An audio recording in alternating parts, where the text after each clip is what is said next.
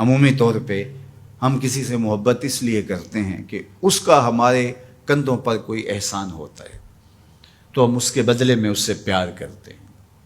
ٹھٹھرتے موسم میں جب بدن سردی سے کپ کپا رہا ہو اور کوئی بندہ دودھ کا گرم گلاس پیش کر دے، چائے کی پیالی پیش کر دے، تو ساری زندگی اس کا احسان نسلی شخص کو نہیں بھولتا۔ تو کسی کا احسان جو آپ کے کندھوں پر ہو، آپ اس کے احسان کے بوجھ تلے دبے رہتے ہیں۔ یار اگر کسی سے اس لیے پیار کیا جاتا ہے کہ اس کا آپ کے ذمے کوئی احسان ہے، تو مجھے بتاؤ کائنات میں اتنے احسان کسی کے ہو سکتے ہیں جتنے آمنہ کے لال کے احسانات ہیں؟ ہم حضور کے احسانات کے بوجھ تلے دبے ہوئے ہیں۔ میں یہ بات اکثر کہا کرتا ہوں کہ ہمارے بدن پہ اتنے بال نہیں ہیں جتنے رسول اللہ کے احسانات ہیں۔ ہم اپنے وجود میں بھی ان کے مرہون منت ہیں۔ اگر وہ جلوہ گر نہ ہوتے اس کائنات کو خلعت وجود ہی نہ ملتا۔ یہ دنیا بنائی ہی گئی حضور کے لیے۔ انسانیت مقروض ہے جناب رسالت مآب صلی اللہ علیہ وآلہ وسلم کی۔ کیا آپ نہیں جانتے کہ باپ اپنی بیٹی کو زندہ درگور کر دیتا تھا؟ تو بتاؤ یہ کتنا بڑا ظلم تھا۔ اور میرے اور آپ کے آقا و مولا نے اس زمانے میں جب بیٹیوں کو زندہ درگور کر کے باپ فخر کر رہا تھا، فرمایا لوگوں سن لو، میری فاطمہ میرے جگر کا ٹکڑا ہے۔ کسی سے اس لیے پیار کیا جاتا ہے کہ وہ صاحب کمال ہے۔ مشاہیر سے لوگ اسی لیے پیار کرتے ہیں، بڑے بڑے سائنسدانوں سے، بڑے بڑے ہیروز سے، قائدین سے، اہل علم سے لوگ اس لیے پیار کرتے ہیں کہ وہ صاحب کمال ہیں۔ تو کوئی لاؤ نا ایسا صاحب کمال جس نے انگلی کا اشارہ کیا ہو چاند ٹکڑے ہو کے قدموں میں آیا۔ کوئی لاؤ نا ایسا صاحب کمال جس کے ہاتھ اٹھے ہوں سورج پلٹ کے عصر کے وقت پہ آیا ہو۔ کوئی لاؤ نا ایسا صاحب کمال جس نے اشارہ کیا ہو درخت قدموں میں آ کے سجدہ ریز ہو گئے ہوں۔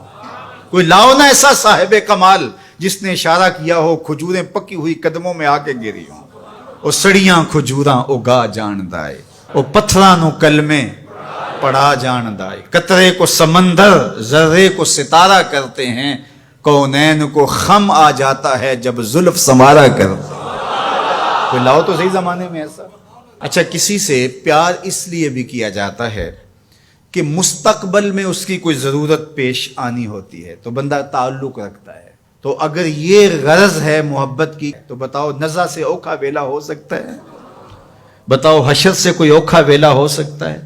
اس اوکھے ویلے نہ باپ کام آئے گا، نہ ماں کام آئے گی، نہ بہن کام آئے گی، نہ بھائی کام آئے گا، نہ بیوی، نہ دوست، نہ اولاد، نہ مال، کچھ بھی کام نہیں آئے گا۔ اگر وہاں کام آئے گا تو آمنہ کا لال ہی کام آئے گا۔ تو پھر آؤ نہ ان سے محبت کا رشتہ جوڑتے ہیں۔ کسی سے اس لیے پیار کیا جاتا ہے کہ وہ سونا بہت ہے۔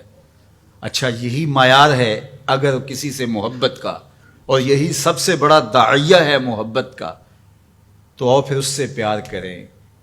مکھ چند بدر شاہ شانی ہے، متھے چمک دی لاٹ نورانی، کالی زلف تے اکھ مستانی ہے، مخمور رکھی ہن مد بھریاں، سبحان اللہ ما اجمل کا ما احسن کا ما اکمل کا، کتے مہر علی کتے تیری، اللہ اکبر۔ آؤ پھر ان سے پیار کیجئے۔ اور محبت کا ایک تقاضا یہ بھی بیان کیا گیا، حب کا شیء اکثر ذکرہ، بندہ جس سے محبت کرتا ہے کثرت سے اس کا ذکر کرتا ہے۔ کوئی بہانہ تلاش کر لیتا ہے، کوئی راہ تلاش کر لیتا ہے، کوئی سلیقہ کوئی طریقہ ڈھونڈ لیتا ہے ذکر کا۔ جو کسے دا عاشق ہوئے گل اسے دی کردہ، میاں صاحب کا لہجہ دیکھیے، جو کسے دا عاشق ہوئے گل اسے دی، سو مکر بہانے کر کے مرنے ہو دے مرتا۔ تو جس سے محبت ہوتی ہے تو بندہ پھر اسی کی بات چھیڑتا ہے، اسی کا تذکرہ چھیڑتا ہے۔ کثرت ذکر قرار جاں کا سبب اور ذریعہ ہے، اور تسکین کا سبب اور ذریعہ ہے۔ محبت کا ایک تقاضا محبوب کی اطاعت اور فرما برداری ہے۔